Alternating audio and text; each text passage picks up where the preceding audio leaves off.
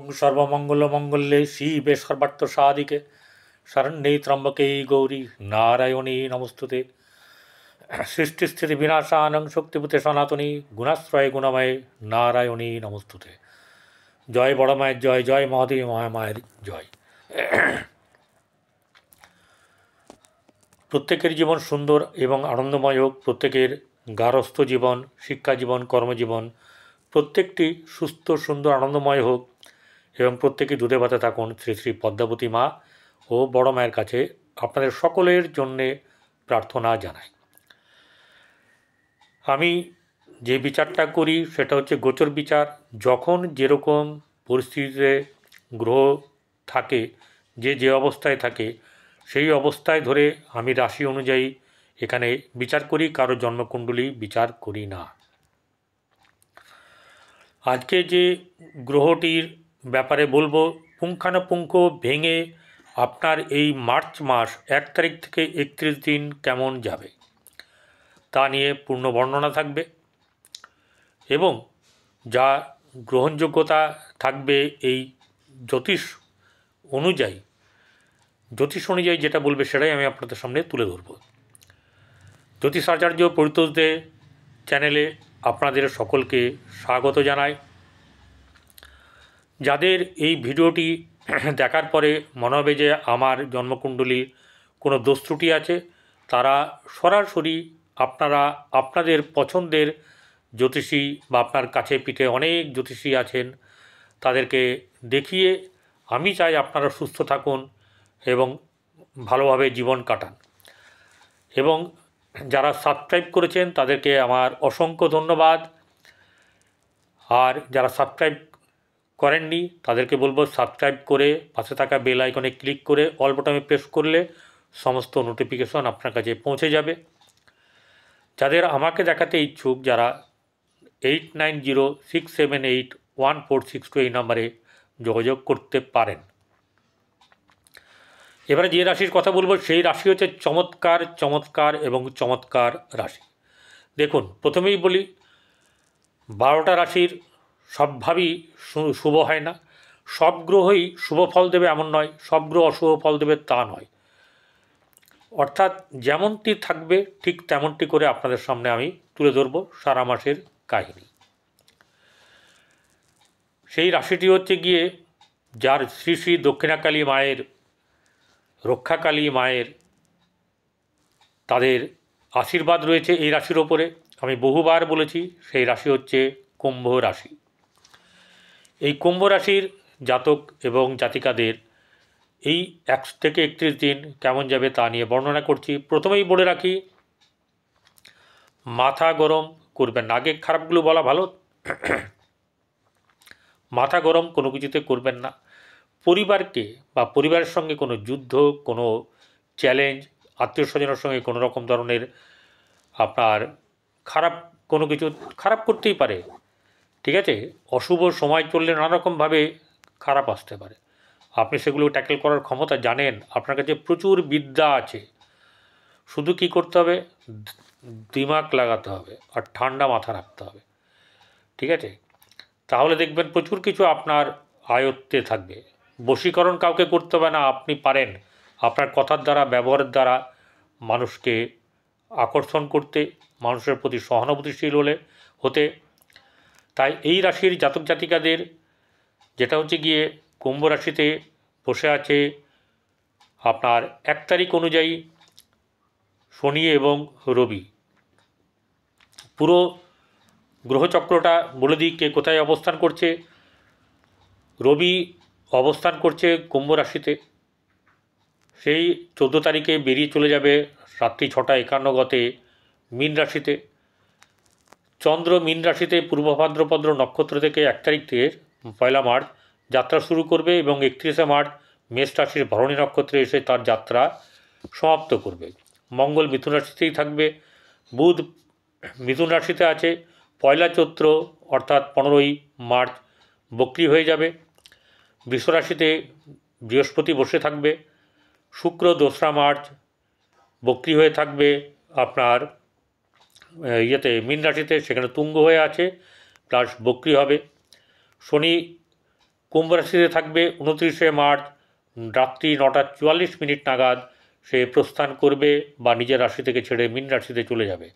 ওই দিনকে ছটা রাশি সেখানে জমায়েত হবে। কি হবে না হবে পরে ভিডিওতে আসবো এক এক করে। রাহু মীন রাশিতে, কেতু কন্যায় থাকবে। এখানে বুধ 19শে মার্চ এবং শুক্র 19শে মার্চ দুজনেই কিন্তু কী করবে, অস্ত যাবে। শনি আগেই অস্ত চলে গেছে ফেব্রুয়ারি মাসের 26 তারিখে। তাহলে এইখানে কুম্ভ রাশির আর্থিক দিক, অর্থই বল, তাই না বলুন? সেই অর্থ ছাড়া আমাদের তো জীবনে কিচ্ছু হয় না। সেই অর্থর জায়গাটাতে এখানে তুঙ্গ শুক্র বসে আছে, যে শুক্র হচ্ছে গিয়ে এখানে দ্বিতীয়ভাবে তুঙ্গ, প্লাস বৃহস্পতির সঙ্গে শুক্রের যে আপনার ক্ষেত্র বিনিময় করেছে চতুর্থ ভাব। তাহলে এখানটাতে এই জায়গাতে হঠাৎ করে অর্থপ্রাপ্তিও হবে এবং প্রচুর অর্থের আপনার কাছে অর্থ আসবে, ধনাগম হবে, যেটা প্রতি থাম্বনেলে বলেছি, এবং স্বর্ণ লাভ হবে, এ কথা আমি বলেছি। কি করে হবে স্বর্ণ লাভ? আপনারা কোনো ধরনের অপচয়, মানে যা এখন আছে লাগবে না, অর্থ যদি বাড়তি হয়, মানে সবার তো হবে না, যাদের বাড়তি হবে তারা কিন্তু সলিড সোনা অথবা আপনার যেটাকে বলা হচ্ছে যে ডিজিটালভাবে সোনা কেনা অথবা মিউচুয়াল ফান্ডের মাধ্যমে সোনা কেনা, যেটাই আপনার জন্য প্রযোজ্য। আপনি এক্সপার্টারদের কাছ থেকে জেনে নেবেন কোনটা করলে ভালো হবে, সেটার আপনার সেই কোম্পানির সম্বন্ধে জেনে নেবেন এবং যার কাছে করেছেন তার কাছেও জেনে নেবেন। আপনার কাছে সোনা জমার কথা, কিন্তু কাদের জমবে? যাদের জন্মকুণ্ডলীর, ভালো করে শুনে নেবেন, এই যে রাশি কুম্ভ রাশির দ্বিতীয় শুক্র আছে, তাদের ক্ষেত্রে কিন্তু আমি বলছি, তাদের ক্ষেত্রে বৃহস্পতি কোথায় আছে সেটা ফ্যাক্টর করছে, শনি কোথায় আছে, রবি কোথায় আছে সেটাও কিন্তু ফ্যাক্টর করছে, এবং বর্তমানে তাদের মহাদশা অন্তর্দশা কেমন চলছে সেটাও কিন্তু দেখা উচিত। এবারে ওখানে বসে আছে রাহু। রাহু কি করবে? রাহু হট করে কোনো জিনিসকে কিনেও দেবে, আবার বিক্রিও করে দেবে, মানে অর্থাৎ লাভও দেবে আবার খরচাও করিয়ে দেবে। ব্যাপারটা বোঝা গেল? সেরকম জায়গাতে ইনভেস্ট করবেন যেখান থেকে আপনাকে এখন তুলতে পারবেন না। এবং এই যে রাশিতে যে শনি এবং রবি একে অপরের বিরুদ্ধ গ্রহ, এই একে অপরের বিরুদ্ধ গ্রহ, এবং শনি হচ্ছে গিয়ে দ্বাদশপতি এবং রাশিপতি, আর রবি হচ্ছে সপ্তমপতি, মারকপতি। তাহলে এখানে দুটি গ্রহর সমাবেশ কিন্তু খুব একটা এই রাশির পক্ষে শুভ নয়, কিন্তু অশুভও খুব করে দেবে এরকম ব্যাপারটাও কিন্তু নয়। অর্থাৎ ব্যবসা ক্ষেত্রে কিছু না কিছু শুভ ফল কিন্তু এই রবি পাবে, মানে রবি শনিকে দেবে, বঞ্চিত কিন্তু হবে না। মতবিরুদ্ধ থাকতে পারে, মতের বিরোধ পিতার পুত্রের সঙ্গে থাকতেই পারে, কিন্তু একদম ফেলে দেওয়ার মতন ব্যাপার হবে না। এবার দ্বিতীয়পতি বৃহস্পতি, সে বসায় যে চতুর্থে, শুক্র বৃহস্পতির ক্ষেত্র বিনিময়, তাই এখানে আপনার আর্থিক যোগ কিন্তু খুবই শুভ। এবারে যেটা করতে হবে সেটা হচ্ছে যে মুখটাকে, আপনার মুখ দিয়ে কখনো খুব সুন্দর কথা বেরোবে, আবার কখনো রেগে মেগে খুব বাজে ব্যবহার আপনার পরিবার আত্মীয় স্বজনের সঙ্গে হওয়ার ব্যাপার আছে। এছাড়াও অবৈধ কোনো সম্পর্কে, বৈবাহিক ব্যাপারে বা লুকিয়ে বিয়ে করার একটা ব্যাপার কিন্তু আসার সম্ভাবনা প্রবল। কাদের প্রবল?